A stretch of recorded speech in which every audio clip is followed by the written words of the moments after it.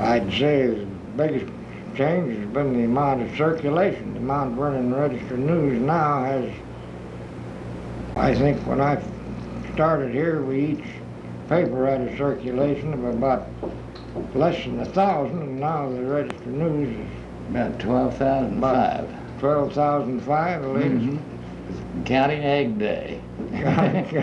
Talking about Egg Day, would you tell me about the original conception of this Egg Day? There's none like it in the country, I know, and people might like to hear about the original conception. Well, it was during the Depression, and things were badly depressed. Nobody had any money. And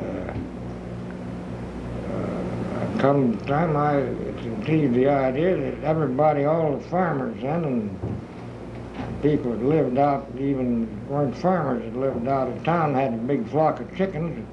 We'd just take their eggs for subscriptions.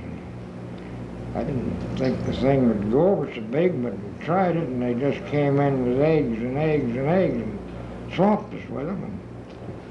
And they just it took over big.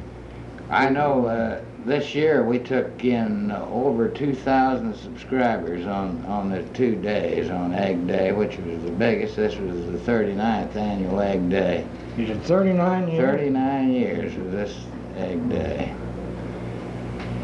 What do you think the changes in the town in general have been? I think, how many banks did they have when you came back and started the paper? We had 3, I think. We still have 3. Yeah. They're not the same 3. Well, they're not the same 3. They come and go, the banks do. The newspapers kind of stay here. The news has been here within 98 years. It was established in 1870, and 72 it'll be 100 years old, the Mount Vernon News will. The register's not quite that old. I think it was 87. It was 1887. It's no spring chicken. I see your number 1 son, John, just walked in the studio. John, why don't you join us down here? John, sit, you get the big chair over there, John. We'd like to make a family group out of this. I wouldn't wear the old hat. John Rackaway is the associate editor of the newspaper now, but still most people think of him as a sports editor, because John, how long were you sports editor? Oh, 25 years, yeah. You ought to know something about sports now. Should have accumulated something, I don't know. Have you noticed How many state tournaments do you attend, John? Oh, Dad, let's see. Well, I saw a few before I was sports editor, and then 25 in a row. 25 years. Yeah. State tournament, Yeah. regular. three Mount Vernon championships, and there 49, 50, 54. 3 Mount Vernon championships. You just missed Should have the been in 52. You missed the 1920 one too. Yeah, I missed 1920. There's been a lot of changes in the sports field in the last 25 years you covered. That's a... Oh, yeah. Sports didn't used to be much of a... That was always an attraction, but we didn't play it up too much in the paper for a while. And sprinkle the sports in with everything else. If I didn't have a sport page per se. Those are...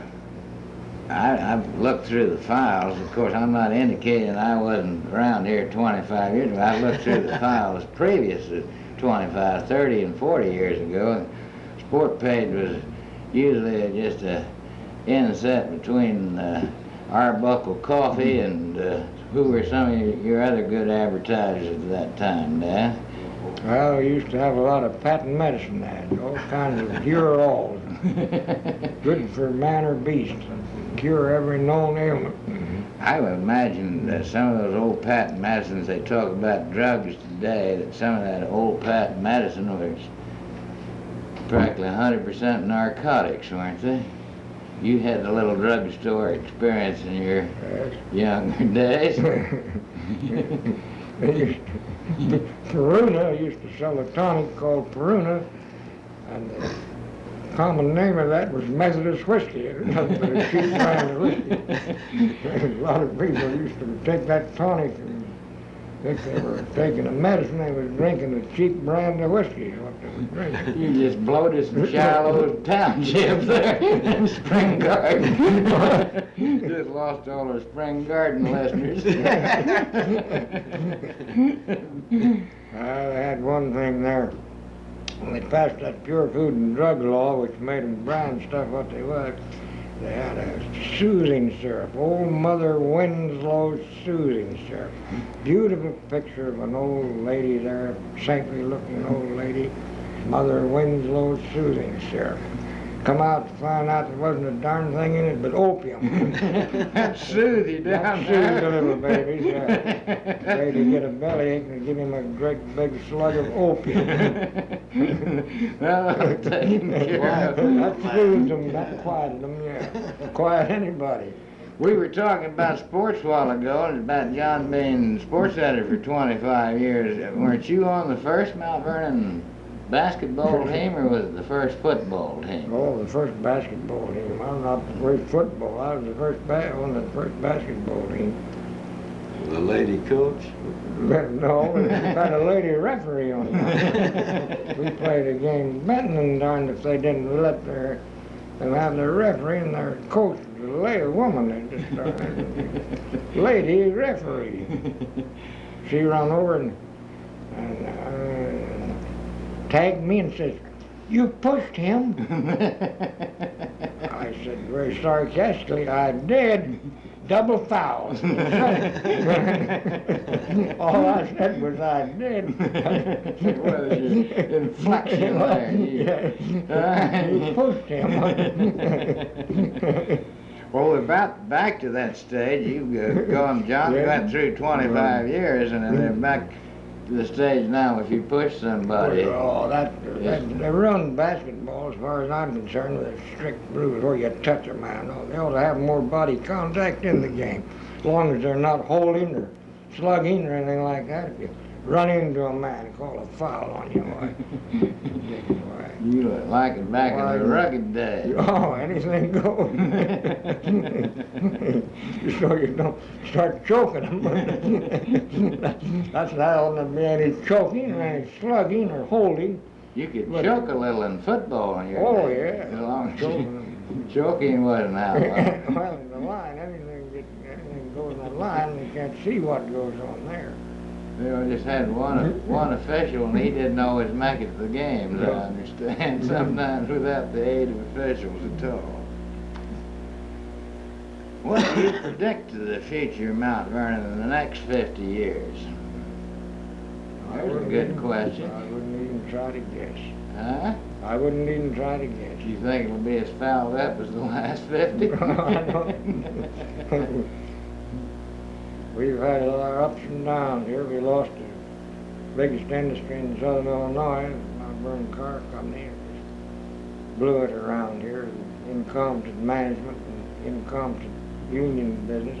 Everybody says the unions drove the car shops out of Mount Vernon, but they helped drive it out. But they had incompetent management had more to do with it than the unions did.